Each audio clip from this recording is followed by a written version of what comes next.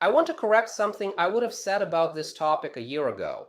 I would have told you ICF hadn't published formal AI guidance and you were working in a governance gap. That was true in 2024. It isn't true now. As of April 1st, 2025, the 2025 Code of Ethics is in effect, and Standard 2.5 is binding on every credential holder. I want to correct something I would have said about this topic a year ago. I would have told you ICF hadn't published formal AI guidance and that you were working in a governance gap. That was true in 2024. It is not true now.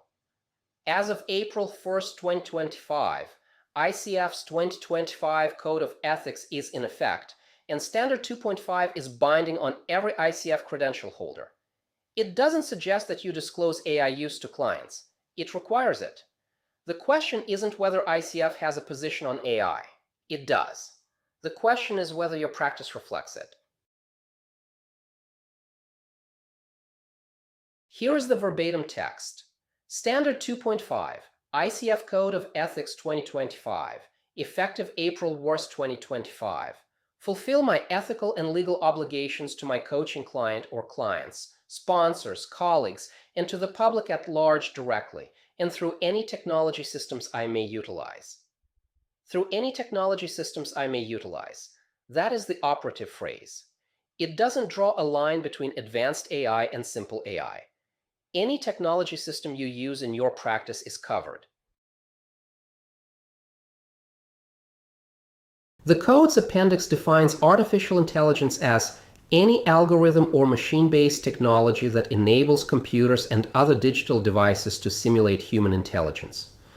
That definition covers AI note-takers like Otter.ai and Fireflies.ai, session recorders with AI transcription, scheduling tools with AI-assisted features, ChatGPT family tools used for session prep, CRM platforms with AI automation. If you assumed Standard 2.5 only applied to advanced AI coaching platforms, it doesn't. The simpler tools are also in scope. Standard 2.5, translated into 3 things you must do before using any AI tool with a client. Obligation 1, disclose.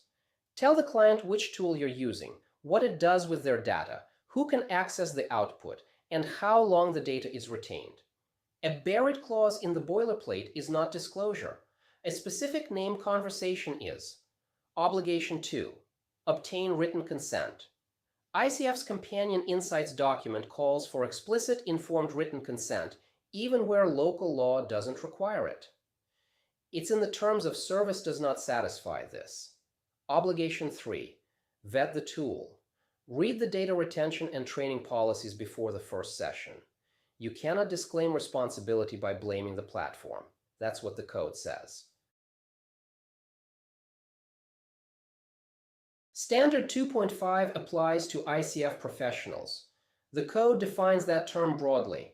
Credentialed coaches at ACC, PCC, and MCC level. Coaches in training, mentors, supervisors, and trainers. Board members and volunteers. This is not an MCC-specific requirement. It applies at ACC level. It applies now. There is no I'm still developing my practice carve-out. Before you use any AI tool in your coaching practice, 3 questions. 1. Have you disclosed it to this specific client? 2. Do you have written consent for this tool from this client? 3. Have you read the tool's data retention and training policies? 3 yeses. You are compliant. Any no, you have a gap. The gap exists now, not after a complaint.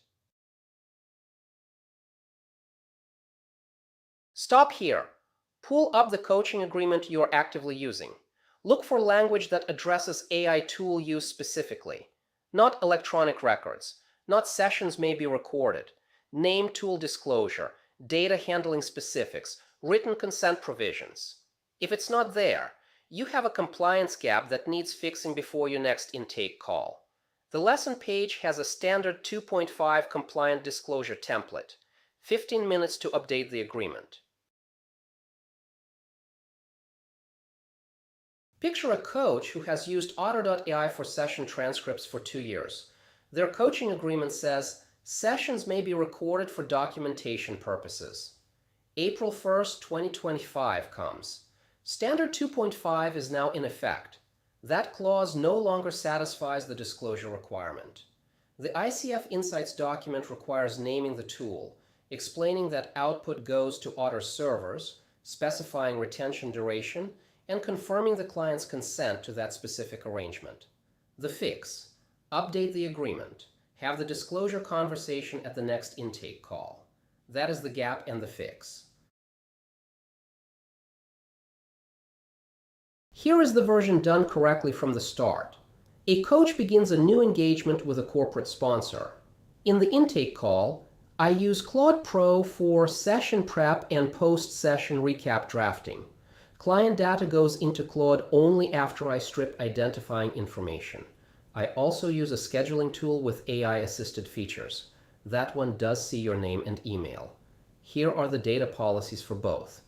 Can I send you a 1-paragraph summary to add to our agreement? 3 minutes. Standard 2.5 satisfied. Disclosure and written consent. And the sponsor notices that this coach has read the ICF Code recently. Standard 2.5 governs how you use AI. That is the compliance layer. The ICF AI Coaching Framework, published January 2025, governs how to evaluate the tools you're being asked to use or recommend. That is the evaluation layer. Next video, the 6-domain framework. What it is, who it is actually written for, and how a practicing coach uses it.